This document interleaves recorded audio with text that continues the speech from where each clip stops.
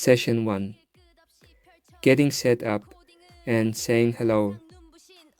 Luke arrived 8 minutes early and had the installer downloaded before Martin finished explaining what Python was.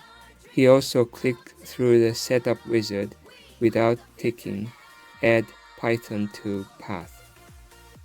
John quoted from 3 meters away, slow down long enough to read the screens. That's the first lesson, and it's not about code. John walks Luke through the setup and into his first actual program. Key concepts: the interpreter, VS Code, print variables, the 4 basic data types: int, float, str, bool, comments, and f-strings. Luke, you've installed Python, but you didn't tick Add Python to Path. Come here. I just clicked through. It looked fine. That tick box is the one that tells Windows where to find Python when you type a command in the terminal. Without it, Python is installed but invisible. Type Python -- version in your terminal and see what happens. It says Python is not recognized. Oh, okay, yes, that's a problem. Uninstall it. Rerun the installer. This time, before you click anything, look at the bottom of the first screen. Tick Add Python to Path, then click Install Now. Done. Running again. Okay, Python 3.12.3. That's what I wanted. Good. VS Code next. It's your code editor. Think of it as Microsoft Word, but for code. It highlights mistakes, color codes your syntax, and has a terminal built in where you run your files. Install it, then open it. Done. It's open. There is a Welcome tab. Close that. Go to File, New File, name it hello.py. The .py extension tells VS Code this is a Python file. Now type this exactly. # space, my very first Python program. New line. Print, open bracket, quote marks, hello, world, exclamation mark, close quote, close bracket. Lines starting with hash, those are comments? Python ignores them completely. They're notes for the human reading the code. Use them. Future you will be grateful. Now save with Control S, open the terminal with Control backtick, type Python hello.py and press enter. It says hello world. That actually worked. That's satisfying. That's the interpreter. You gave it an instruction, it executed it. That's all programming is, just at much greater scale. Now let's add variables.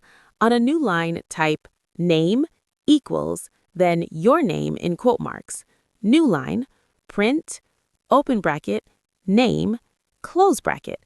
No quotes around name this time. It printed Luke because name is pointing to my name now. Exactly. A variable is a named container. The name is the label, the string is the contents. Python stores it. You can use it, change it, pass it to functions. Now let's talk data types. Python has 4 basic ones you'll use constantly. Integer, a whole number, 17, -4. Float, a decimal number, 3.14. String, text in quote marks. Boolean, true or false. Capital T, capital F. Those are the only 2 options. Why does the type matter? Because different types can do different things. You can add 2 integers. You can't add an integer to a string. You can check if a Boolean is true. Types tell Python what operations make sense. If you mix types accidentally, you get a type error, which is Python's way of saying these 2 things don't work together like that. Can I combine text and a variable in the same print? Best way, f-strings. Type a lowercase f directly before the opening quote. Then write your text and put the variable inside curly braces.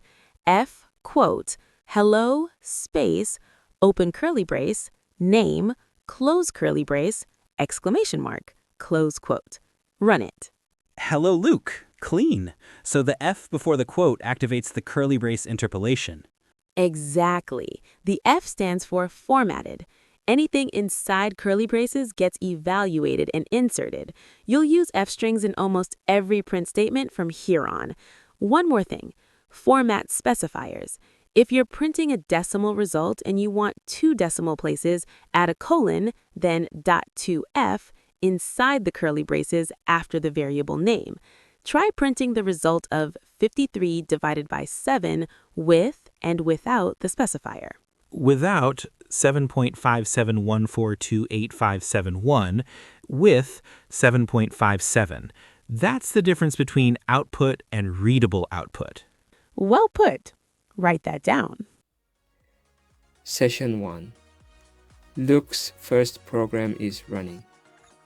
John's first lesson, slow down and read the screens, turned out to be the most important one of the day.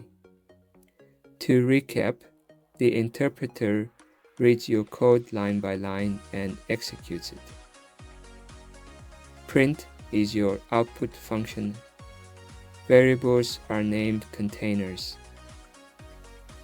The 4 basic types are int, float, string, and boolean. F-strings embed variables directly in output text. The .2f specifier controls decimal places. Error messages are maps, not failures. Session 2 moves to Turtle Graphics, a drawing library built into Python. Martin takes over with Jiyeon, who has been watching geometry with quiet intensity since the moment the first line appeared on screen. Session 2, Drawing with Code. Coming up, stay focused. See you in the next lesson.